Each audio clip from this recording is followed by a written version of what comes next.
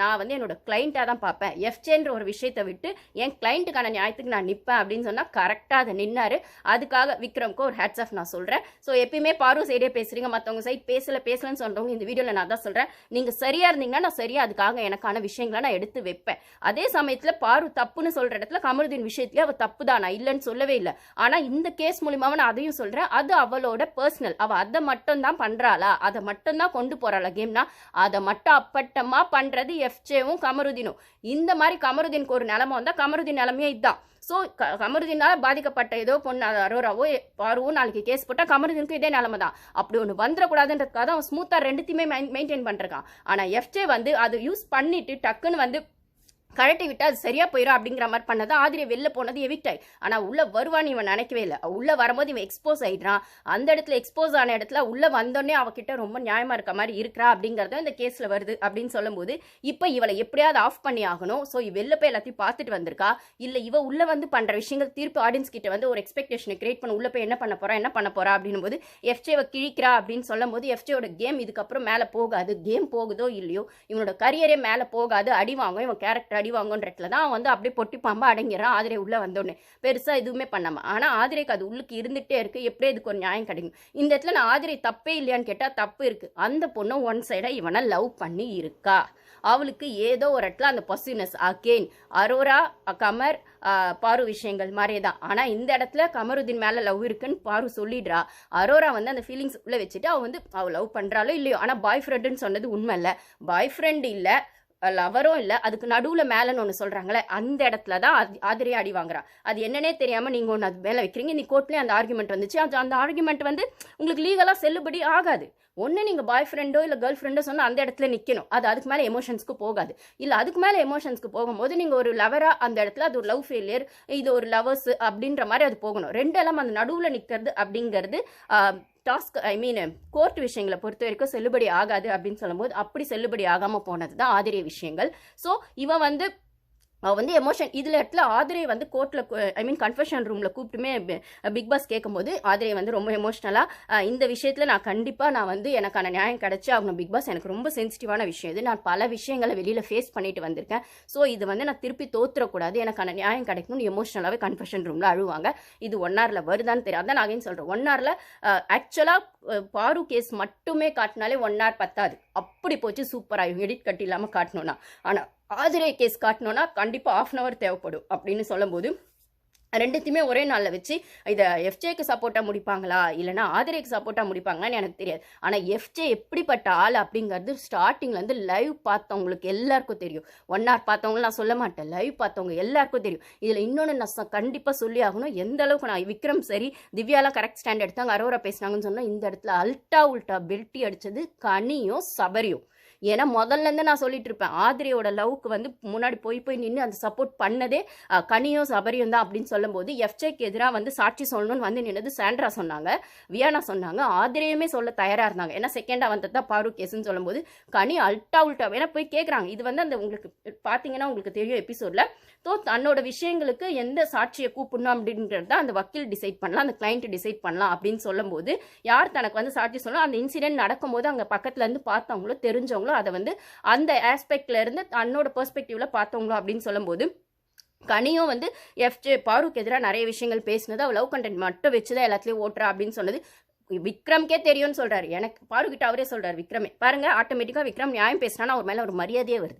இதுதான் என்னோட ரிவ்யூ பொறுத்த வரைக்கும். இந்த ஆம்பளே பொம்பளை நீங்க தப்புனா தப்பு சரினா சரி அப்படிங்கறத என்னோட எதிர்க்க யார் நிக்கிறாங்கன்றது என் மைண்ட்ல இருக்கவே இருக்காது. இது என்னோட கேரக்டரா கூட இருக்கலாம்.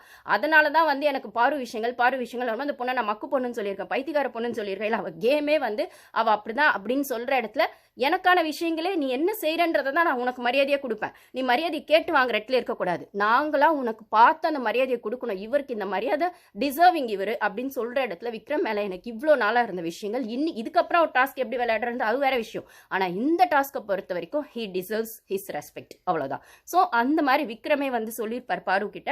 நானே பார்த்துருக்கேன், பாரு எஃப்ஜே என்கிட்டயே சொல்லியிருக்கான், பாருக்கு வெறும் லவ் கண்டென்ட் வச்சு இதை மட்டும் தான் வச்சு ஓட்டுறா அப்படின்னு. நீ எவ்வளோ எஃபோர்ட் போட்டிருக்கா அது எனக்கு தெரியும், சீரியஸ். ஸோ என்னை நம்பு சீரியஸாக நம்ம போன கேஸில் ஆதிரைக்காக பேசினது தான். ஆனால் அது அகெயின் வந்து அங்கே எஃப்ஜே என்னோட கிளைண்ட்டு, இங்கே நீ என்னோட கிளைண்ட்டு. நான் எஃப்ஜேவை அடிச்சு நொறுக்க மாட்டேன்னு உனக்கு யார் சொன்னது? கண்டிப்பாக நான் கேட்குறேன். ஆனால் ஆப்போசிட் நிற்கிறது சபரியும் பேசுவான் தான் இல்லை. ஆனால் இங்கே தான் ஒரு லீகல் ப்ரொஃபஷனல் அப்படிங்கிற இடத்துல இந்த இடத்துல விக்ரமை தவிர வேற யாராவது அதை பண்ணியிருப்பாங்கன்னா கண்டிப்பாக பாரு ஹேண்டில் பண்ணியிருப்பான். நான் என்ன ட்விஸ்ட் எதிர்பார்த்தேன்னா அவங்க லாயர் அவங்கவுங்க சூஸ் பண்ணலாம் அப்படின்னு சொல்கிற இடத்துல லாயராக பாருவே கூட பண்ணிக்கலாம். ஏன்னா அதிலே லால வந்து அதுக்கு ஸ்பேஸ் இருக்குது ரைட்டுங்களா. அவங்களுக்கான விஷயங்களை அவங்களே எடுத்து வச்சு பேசலாம். அந்த கிளைண்ட்டே எடுத்து வச்சு வந்து எனக்கான லாயரை நானே பேசிக்கிறேன் அப்படின்றதுமே அந்த டாஸ்கில் நிஜமாவே லீகலில் இருக்கக்கூடிய ஒரு லால இருக்கக்கூடிய ஒரு ஸ்பேஸ் தானும் போது அப்படியே தான் ட்விஸ்ட் வருமா அப்படின்னு பார்த்தேன். பட் ஆனால் அதை அவங்க கையில் எடுக்கலை. இவங்க வந்து விக்ரம் கிட்ட கேட்குறாங்க. ஆனால் முக்கால்வாசி தன்னோட விஷயங்கள் எல்லாத்தையுமே விக்ரம்க்கு முன்னாடி இப்போ ஸ்டார்டிங் வந்து நிற்கும் போதே பாரு கரெக்டாக எடுத்து வச்சிடறேன். எப்படி ஆதிரை வச்சாங்களோ அதே மாதிரி வச்சிடுறாங்க. ஆனால் அந்த இடத்துல ஒரு மாரல் சப்போர்ட்டும் ஒரு எத்திக்ஸ்க்கான விஷயங்களும் ஒரு லாஜிக்கான விஷயங்களுக்குமே அங்கங்கே வந்து விக்ரம் நின்னாரு. அந்த கிராஸ் கொஸ்டின் பண்ணுற இடத்துல மட்டும் கரெக்டாக நின்னாரு. சபரி வந்து சப்பக்கட்டு கட்டணும், ஜால்ரா அடிக்கணும் அப்படிங்கிறத மட்டும் அப்பட்டமா இங்கேயும் செஞ்சான். அவ்வளோதான் செஞ்சாதான் அவன் மேலே மரியாதை போயிடுச்சு. அவ்வளோதான் செஞ்சாதும் அந்த கனி இருக்கு பேர். விக்ரமே போய் கேட்குறாரு கனி கிட்ட, நீங்கள் வந்து எஃப்ஜே வந்து பாருக்கு எதிரே அப்படி பேசின இடத்துல பாருக்கு சாட்சி சொல்ல வரீங்களான்னா எனக்கு அது சுத்தமாக ஞாபகம் இல்லை, சத்தியமாக ஞாபகம் இல்லை. பா என்னம்மா நீ அது முன்னாடி கேஸில் ஆதிரெக்ஸ் நிற்கிறேன்னு சொல்கிறாங்க. ஏன்னா அப்போ வந்து எஃப்ஜேக்கு நிற்கிறது விக்ரம் வக்கீலா. ஸோ எப்படி சுற்றி எப்படி வலிச்சாலும் எஃப்ஜே தப்பிக்க வச்சிருவாங்கன்னு உங்களுக்கு ஒரு நினப்பு இருக்குது. இப்போ எஃப்ஜேக்கு எதிராக விக்ரம் நிற்கிறாருன்னு சொன்ன உடனே அதுவும் பாருக்கு சப்போர்ட்டாக நிற்கிறாங்கன்னு சொன்னோன்னே இவங்க வெஞ்சன்ஸ் தலை தூக்குது. ஸோ என்னால் எனக்கு தெரியாது, எனக்கு சத்தியமாக ஞாபகமே இல்லை அப்படின்றாங்க. ஏமா நீங்கள் நைட்டில் உட்காந்து எவ்வளோ வாட்டி பேசியிருப்போம், அவன் எவ்வளோ வாட்டி கழுவி வித்திருப்பீங்க, எனக்கு புரியவே இல்லை. எஃப்ஜேவே இப்படி தப்பு தான் பண்ணுறான். ஆனால் அவனை முகத்துக்கு நேரம் என்னால் சொல்ல முடியாது, தனியாக கூப்பிட்டு போய் சொல்லியிருக்கேன். அவன் இமேஜ் டேமேஜ் ஆகும் வெளில அப்படின்னு சொல்லி ஆதிரை விஷயங்கள் எவ்வளோ வாட்டி பேசியிருப்பீங்க, வியானா விஷயங்கள் எவ்வளோ வாட்டி பேசியிருப்பீங்க. ஆனால் அது பாரு விஷயம்னு வரும்போது மட்டும் உங்களுக்கு உண்மை குத்துது சொல்ல முடியல. நீங்கள் சொல்லணும், இன்னைக்கு ஊரே பார்த்துருச்சு எஃப்ஜேயோட விஷயங்கள். ஆதிரை விஷயத்துலையும் பார்த்துருச்சு, பாரு விஷயங்களையும் பார்த்துச்சு. பொறுக்க முடியாமல் அப்படி குதிக்கிறான், சுடுத்தனியை காலில் ஊற்றுன மாதிரி. இதில் சாரி வேற கேட்கணும்னு அரோராவும் திவ்யாவும் டிசைட் பண்ணிட்டாங்க ஜட்ஜஸா. அப்போ வந்து இப்படி ஒரு பொண்ணை நீங்கள் பண்ண, ஏன்னா அமித் விஷயங்கள்ல அவளை கேரக்டர் அசாசினேட் பண்ணதுல அமித் கிட்ட போய் பர்சனலா சாரி கேட்டேன். இவ கிட்ட கேட்கல. ஆனா கேட்டதான் வந்து சபரி கிட்ட சொல்லியிருக்கான். ஆனா வந்து பாரு சொல்றான் அவன் கிட்ட கேட்கல. என்ன பாரு உனக்கு ஹர்ட் ஆயிடுச்சாமே அப்படி இப்படின்னு சொல்லி கலாய்ச்ச மாதிரி கேட்டேன். ஆமாண்டா எனக்கு ஹர்ட் ஆயிடுச்சுன்னு சொன்னா அப்படியே இனிமே பண்ண மாட்டேன்னு சொன்னான். ஆனா அது உன் அக்கல் நான் ஏன்டியா சொன்னான். ஆனா சாரியை வந்து அமித் கிட்ட ரொம்ப பொலைட்டா கேட்டிருக்கான். ஆனா இவ கிட்ட கேட்கல அப்படின்னும் போது இங்க கோர்ட்ல அது வருது. நீங்க வந்து அமித் கிட்ட கேட்டீங்கன்னு ப்ரூவ் ஆகுது, இவங்க கிட்ட கேட்கலன்னு சொல்லும்போது இங்க நீங்க சாரி கேட்கணும் அப்படின்னு அதெல்லாம் கேட்க முடியாது. அதெல்லாம் கேட்க உங்களுக்கு என்ன சாரி கேட்கணும் சபரி வரா, சாரி கேட்கணும்னு ஒன்றும் கேஸில் இல்லையே அப்படின்னும் சரி அது உங்க இஷ்டம். ஆனால் கோர்ட்டை அவமதிக்கிற மாதிரி ஆகும், அது உங்க இஷ்டம் அப்படின்னு சொல்லி விட்டுடுறாங்க. அவன் சாரின்னு கேட்க மாட்டாங்க. அவன் எப்பங்க சாரி கேட்டிருக்கான்? ஸ்டார்டிங்ல தான் அவன் கேம் பார்த்தவங்களுக்கு தெரியும். அவன் கெமி கிட்ட சாரி கேட்டிருக்கானா, ஹர்ட் பண்ண ஆதிரை கிட்ட கேட்டிருக்கானா, இங்க கேட்டிருக்கானா, இங்கேயுமே ஆதிரை கிட்ட எங்க கேட்டான்?